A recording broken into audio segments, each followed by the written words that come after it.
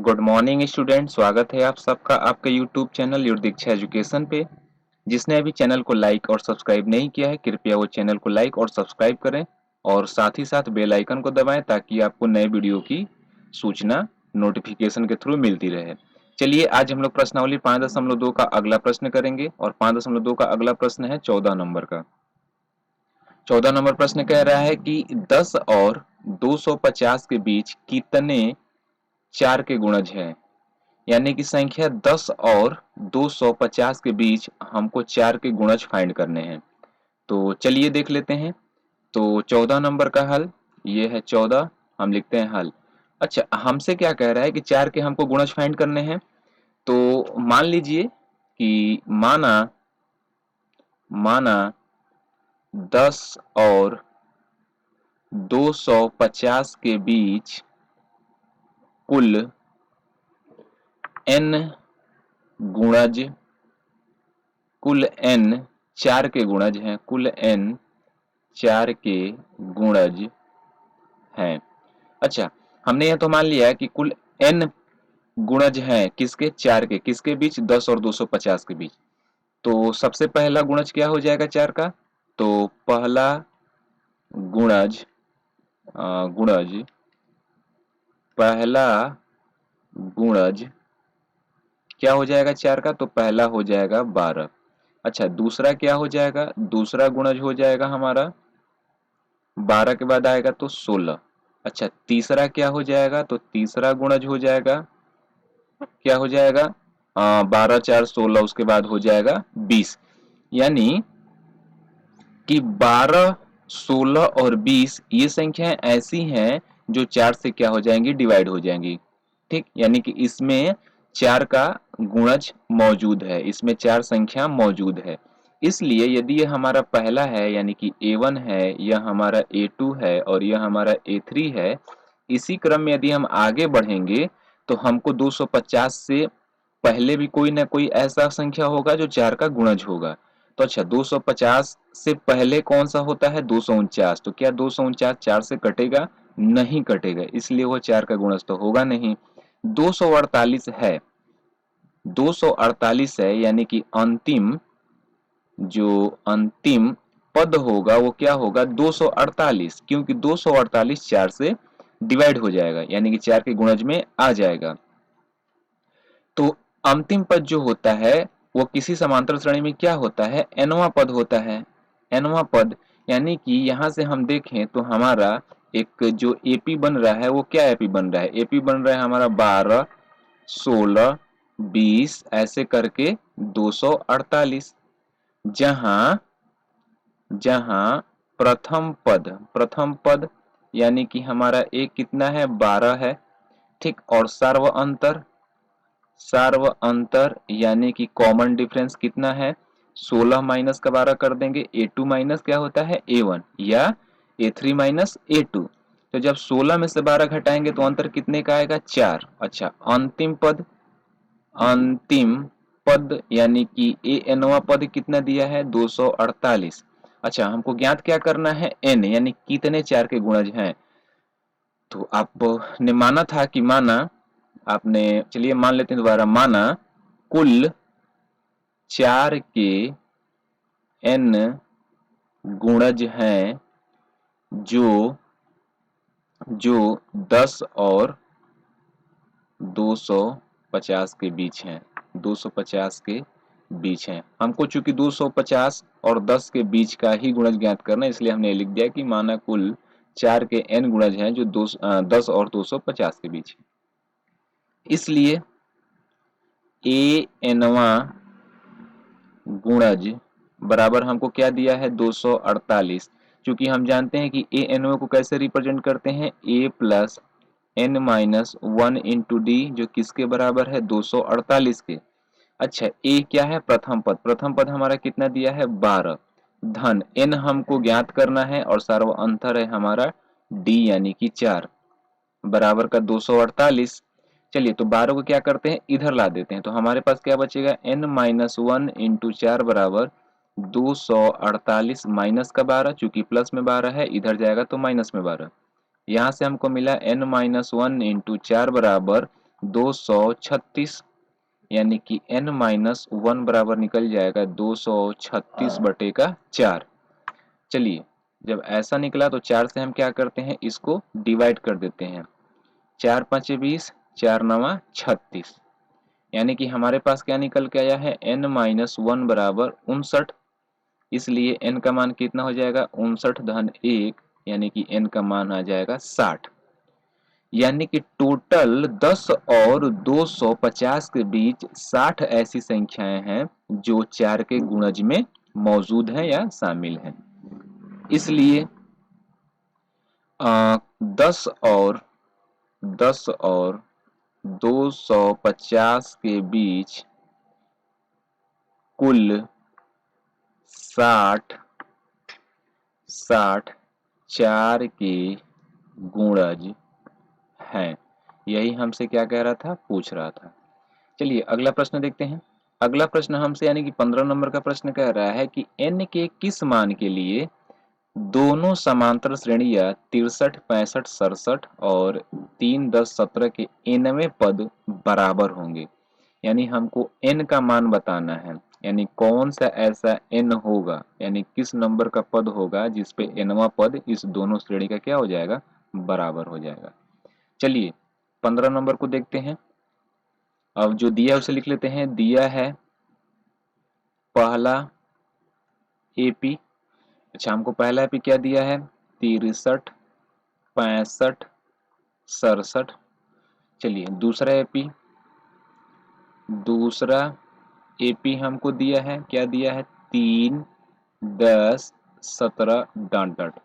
अब हमको एनवां पद ज्ञात करना है, एनवां पद जिसपे ये दोनों क्या हो जाएं, बराबर हो जाएं, यानी हमको एन का मान अब बता देना है। यहां से चूंकि पहले एपी में प्रथम पद बराबर दिया है 63, सार्व अंतर यानी कॉमन डिफरेंस हमको दे रखा है 65 माइनस का 63 बराबर का 2।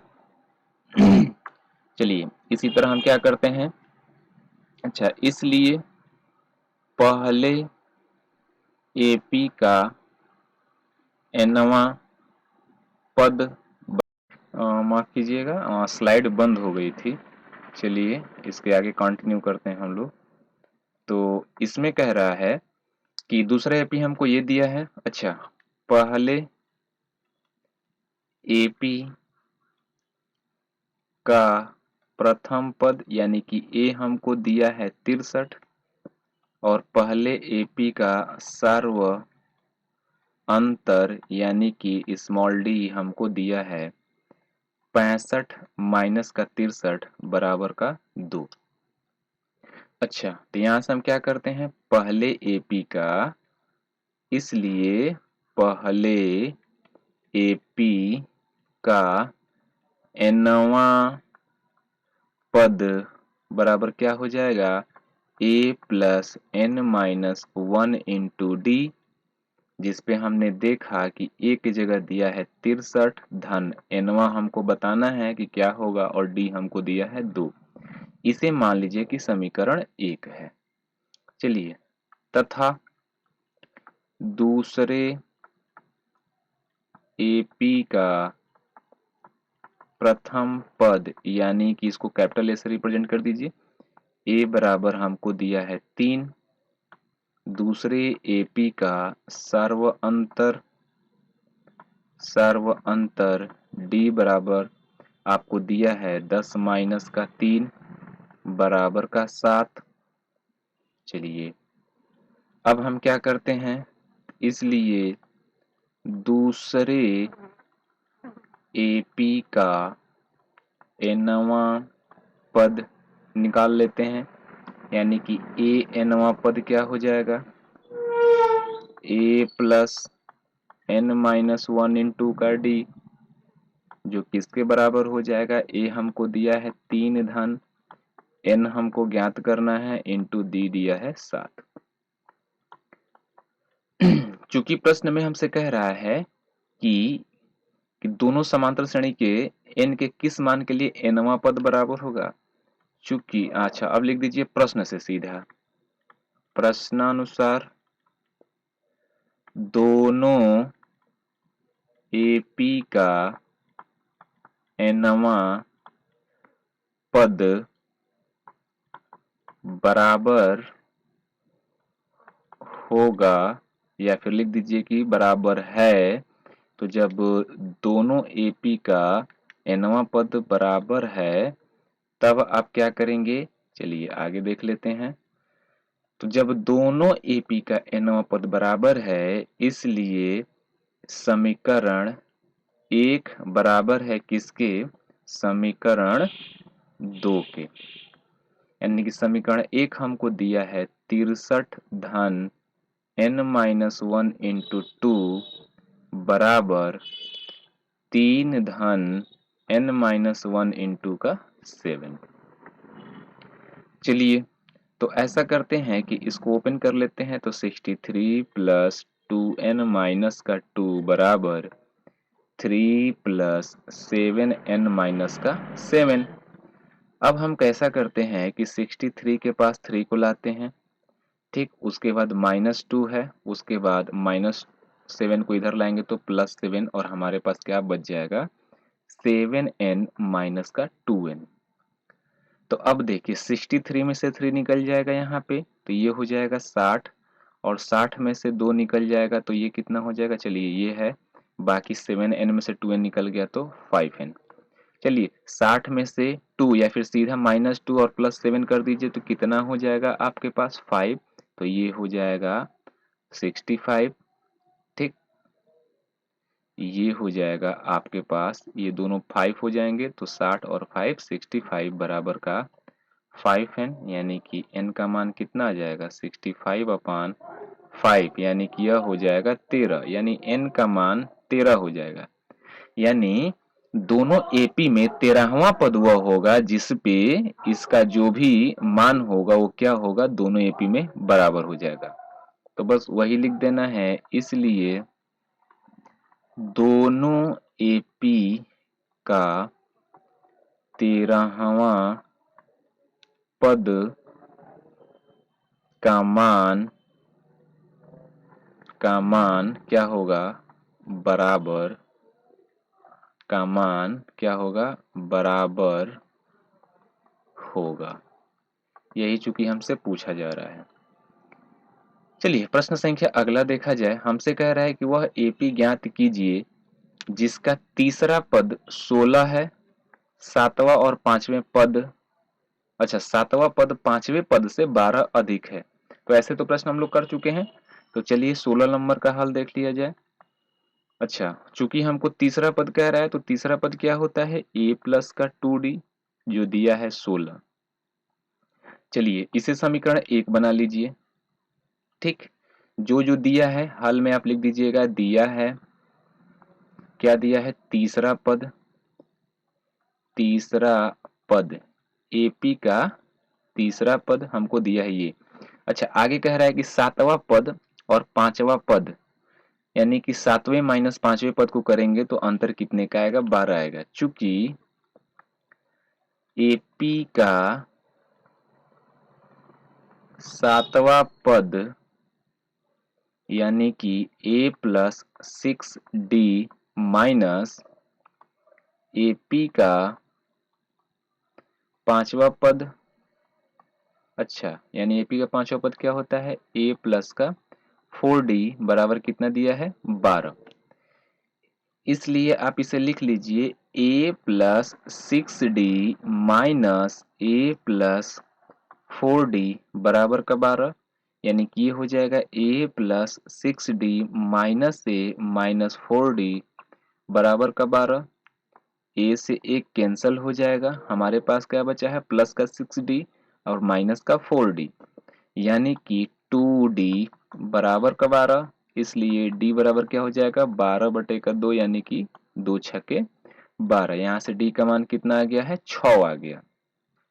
ठीक, अब हम क्या करेंगे, d का मान समीकरण एक में रखने पर, ठीक है, तो समीकरण 1 में जब हम डी का मान रख देंगे तो हमारे पास एपी अब ज्ञात हो जाएगा। ठीक, तो हमारे पास एपी ज्ञात करने के लिए हमने क्या किया है, डी का मान समीकरण 1 में रख दिया। समीकरण ए हमारे पास है ए प्लस टू डी बराबर का 16, यानी कि a plus two into D का मान आया है 6 बराबर का 16, तो a प्लस 12 बराबर का 16। ठीक, इधर कर लेते हैं। तो a बराबर कितना हो जाएगा, 16 माइनस का 12, तो a का मान आ जाएगा 4। अच्छा, चूंकि a यानी कि प्रथम पद बराबर 4 तथा सार्व अंतर d बराबर 6 है, इसलिए AP बराबर क्या हो जाएगा, पहला पद दिया है 4, सार्वंतर 6 यानी कि 10, 16, 16 6 22, ऐसे करके ये क्या होगा, आगे बढ़ेगा। इसलिए AP 4 10 16 22 है, जिसका जिसका तीसरा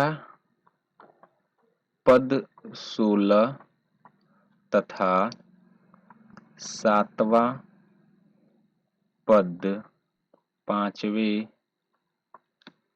पद से कितना अधिक है भाई, तो पांचवें पद से 12 अधिक है। यही हमसे पूछ रहा था। अच्छा, सातवें पद तक लिख लेते हैं। जब सातवां पद कह रहा है तो यहाँ हम क्या करते हैं, 22 के बाद क्या आ जाएगा, 6 का डिफरेंस 28, 28 के बाद क्या आ जाएगा, तो 34, 34 के बाद क्या आ जाएगा, तो 40, 40 के बाद क्या आ जाएगा, 46।